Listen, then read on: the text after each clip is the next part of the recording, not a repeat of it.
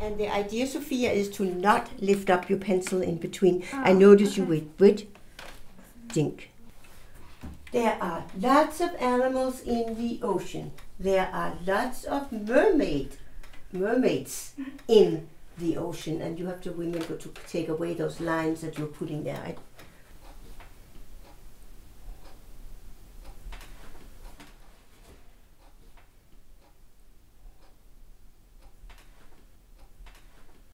It's an area of my life where I get so much positive feedback, where I feel rewarded and where I feel cared for, and people appreciate what I'm doing. They see how their children are happy. I'm also very open to the going in and out. It's not like this is a math lesson and that's it. If you need to do something else, if somebody is not sitting still in his seat, I'll say, go jump on the trampoline 100 times and count to 100 and come back, and then you can sit still. Or a person who's not very good at reading might say in the middle of a math lesson, I really feel like reading now, and I'd say, go for it. 6x is smaller than minus 16. So then next divided by x is is 2 and a half. That makes sense. Oh, So a a half. half times 10. So I could have stayed in private or public schools all my life and taught somebody else's curriculum, or followed the rules and tested the kids and done all the things I didn't believe in and earned a living. But I created many, many, many years ago something for myself that was almost unheard of 30 years ago. I do have, of course, in the setting of my school, more than the average share of children who are a little bit different. Zitta is like the best teacher ever.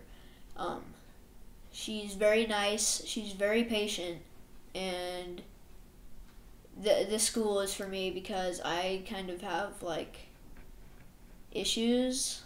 I don't really want to call them issues, but like I have to take pills. I have OCD, anxiety, and like ADD, attention deficit disorder, obsessive compulsive disorder, and all that.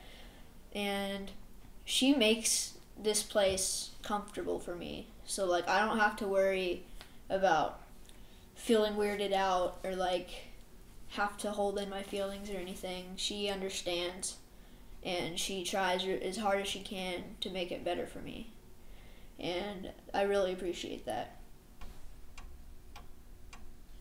I had a mom come through my door years ago with a 5th grader who still couldn't read very well at all, and he couldn't spell, and she came through the door with the words, "Can you do anything for Chris?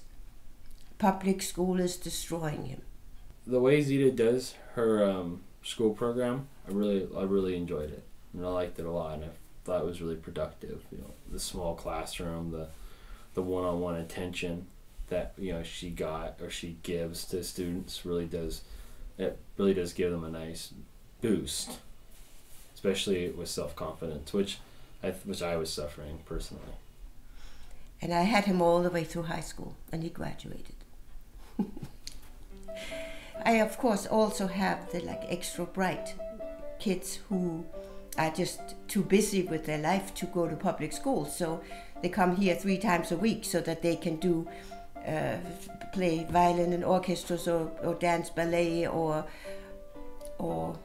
do their various other creative things. I keep reading up on interesting things. I just read a book called The Advantage of Dyslexia.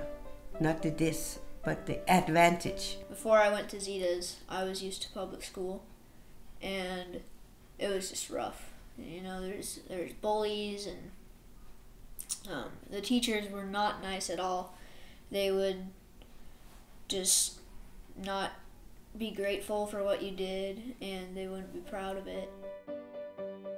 Because in Europe, everyone has, from 1st grade, you have a language teacher, you have a math teacher, you have a geography teacher, and they have all majored in what was interesting for them, so they have the enthusiasm for what they're teaching.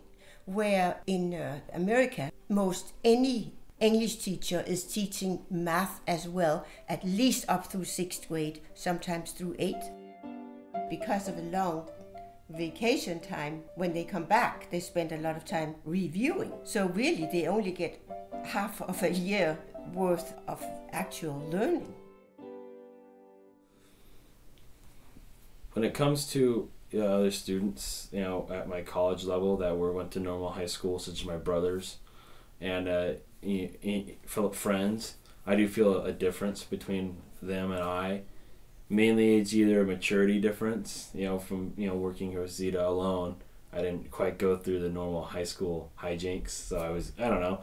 I did and I didn't, I'm able to usually see a bad situation and avoid it, where some of my friends aren't.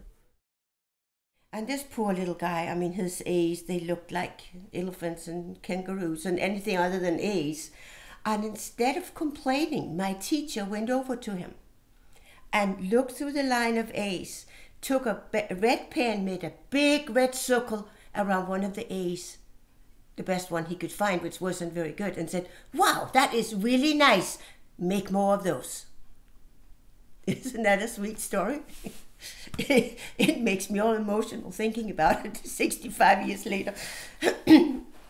Anyway, so all of those little stories make it worthwhile. Make everyone feel good about themselves. Point to what they do well. And what they don't do so well, we practice on it, but it's not a big deal. It's just something we do.